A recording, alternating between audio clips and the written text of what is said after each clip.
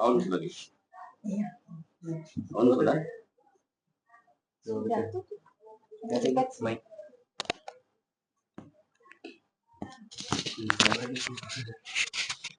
Ada location. Oh, iya.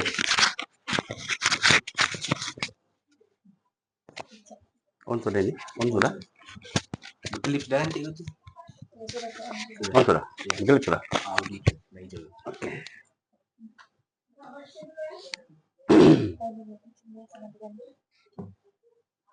Assalamualaikum dan selamat petang kepada Cikgu Ali Ya, sebagai penolong kanan petang di SK Bobol Sempurna. ya, saya. Sebelum tu, Cikgu sehat Cikgu?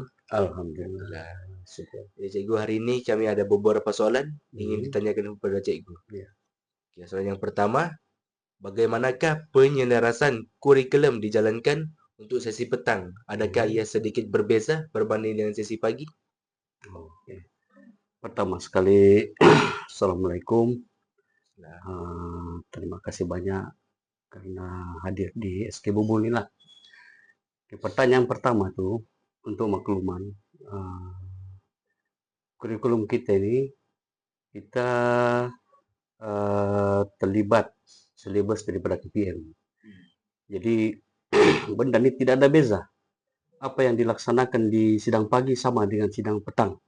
Cuma saja bezanya sidang pagi itu tahap 2 melibatkan tahun 4, 5, dan 6. Manakala di sebelah petang tahap 1 yaitu tahun 1, 2, dan 3. Nah, jadi apa yang dilaksanakan di sidang pagi, demikian juga di sidang petang. Cuma saja silabus itu berbeza. Satu tahap tinggi, satu tahap rendah. Itulah. Oke, soalan seterusnya, bagaimanakah pengurusan sekolah menyesuaikan pelaksanaan dasar pendidikan pendidikan semasa seperti STEM ataupun DLP dan juga MMBI kepada keperluan murid sesi petang? Oke. Biasanya pelaksanaan ini sebelum kita laksanakan, biasanya kita akan melalui mesyuarat lah. Kita akan melalui mesyuarat bersama dengan pihak pentadbir, terutamanya Tuan Guru Besar. Tuan Guru Besar akan memberikan briefing kepada guru-guru semua berkaitan dengan program tadi, STEM, DLP, kan, MBI itu kan.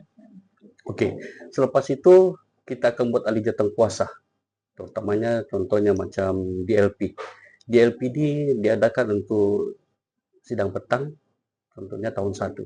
Untuk tahun ini kita baru bermula dengan tahun 1, di mana subjek sains dan matematik diajar dalam bahasa Inggris. Oke, selepas kita berada di jatuh kuasa, kita akan buat pengenalan tentang DLP itu kepada guru-guru. Kita akan briefing, terutamanya sekali guru-guru yang mengajar subjek itu. Jadi setakat ini untuk tahun ini kita ada seorang guru sains dan seorang guru matematik untuk DLP. Itulah. Oke. Seterusnya soalan daripada saya. Sepanjang pemerhatian Cikgu, apakah cabaran yang terbesar dalam menguruskan sekolah yang mempunyai 2 sesi, yaitu sesi pagi dan sesi petang? Bagi saya, benda ini bergantung kepada pihak pentadbiran. Terutamanya sekali bagaimana cara kepimpinan daripada Tuan Guru Besar. Sebab untuk sidang petang, kita sedia maklum, dia ada guru besar, PK1 ataupun PK pentadbiran ataupun PK kurikulum. Satu ini. Kemudian PK HEM dan PK Kokum. Oke, jadi yang ini, pentadbir ini, mereka akan kendalikan yang sidang pagi. Mereka akan atur tuh. Oke, dari sudut disiplin dia, dari sudut RMT, dari sudut kehadiran guru, keberadaan guru, semua itulah. Jadi waktu petang, saya lah peneraju PK petang. Longgaran petang, saya yang akan kendalikan apa yang dijalankan di sidang pagi, begitu juga di sidang petang. Oke, soalan seterusnya berikutnya, Ya. apakah bentuk program ataupun aktiviti yang dijalankan oleh sekolah bagi melibatkan komuniti dalam pembangunan murid sesi petang? Contohnya, kalau ada, Cikgu boleh bagi satu contoh program yang efektif. Oke, yang biasanya untuk melibatkan community, contohlah seperti program yang akan diadakan nih, yaitu bantu baca. Bantu baca ini kita coba bantu murid-murid yang kami gelar buta. Saya suka panggil buta. Kenapa? Buta ini buta huruf. Jadi apabila kita tahu dia punya nama buta huruf itu, buta, kita sedia maklum terus kita tahu buta itu apa kelemahan dia. Jadi guru-guru pun paham. Bila guru-guru paham, mereka akan ambil action, tindakan bagaimana cara untuk menjelekkan budak tuh. Jadi program yang diadakan tuh bantu baca. Jadi bantu baca ini bukan hanya dibuat di sekolah. Guru-guru akan edarkan bersama-sama budak itu item untuk dibawa ke rumah. Dibantu pula oleh ibu bapa. Nah, jadi benda itu dia sampai 1 bulan ataupun 2 bulan begitu kita akan ambil feedback daripada ibu bapa dan kita tengok keadaan budak itu adakah dia boleh mencapai target sasaran itu ataupun bagaimana. Kalau tidak sampai target itu kita akan ubah lagi cara macam mana pendekatan kita kepada budak itu. Nah, itulah setakat ini yang kita buat. Oke, soalan daripada saya Cikgu. Sepanjang Cikgu berkhidmat di SK Bobol ni, Ya. adakah beberapa cadangan untuk menambah baik atau memperkasakan lagi akademik dan sasial murid untuk sesi petang khususnya? Jadi, saya mulai bertugas di SK Bobol ini bermula daripada tahun 2016. Jadi ini adalah sekolah kedua saya. Sekolah pertama saya bertugas tahun 1993 di SK Sisipan yang berada di Pulau Bumbung. Mungkin kamu sudah maklum ya kan? Di sana. Saya bertugas di sana 20 tahun lebih. 1993, saya keluar daripada sana 2016. Nah, bayangkan berapa guru besar saya limpas waktu itu. Jadi pengalaman saya di sana, anak-anak di pulau tidak sama dengan anak-anak di kawasan bandar. Tidak sama, jauh beza. Kawasan bandar ini boleh dikatakan anak-anak elit. Ibu bapak dorang polis, ibu bapak dorang jururawat, dokter, ada juga guru. Nah, jadi tidak sama dengan pulau. Bila saya masuk di sini pada tahun 2016, macam saya cakap tadi, tidak lari daripada masalah buta huruf tuh. Masalah buta huruf. Jadi itulah banyak benda yang perlu kita lakukan, kita laksanakan. Terutamanya sekali pendekatan kita kepada ibu bapak. Macam contoh berikutnya kami sentiasa buat mesyuarat bersama ibu bapak, di mana kita akan terangkan kepada ibu bapak apa program-program yang dilakukan oleh pihak sekolah. Jadi kita minta kerjasama daripada ibu bapak, sama ada dari sudut keuangan kah, tenaga kah, ataupun pikiran, idea daripada ibu bapak. Jadi alhamdulillah setakat ini anak-anak di SK Bobol ini, walaupun ada tahap kelemahan budak-budak ini, kita dapat kurangkan. Walaupun tidak seluruhnya 100%, sekurang-kurang separuh kita dapat tangani masalah itu. Maksudnya kita libatkan ibu bapak lah, apapun program kita lakukan.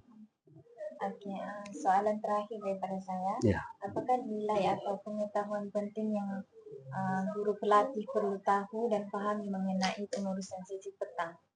Oke, sekarang begini. Apa yang perlu kamu tahu yaitu teknik ataupun cara pendekatan kita. Sebab di mana-mana sekolah, bidang tugas itu adalah sama. Macam kamu baru praktikal kan? Baru praktikal. Oke, kamu kena ingat, dalam kita melaksanakan tugas, kita perlu ada keikhlasan. Satu. Kedua, kejujuran kita untuk menjalankan tugas. Dan ketiga, minat kita menjalankan bidang tugas kita.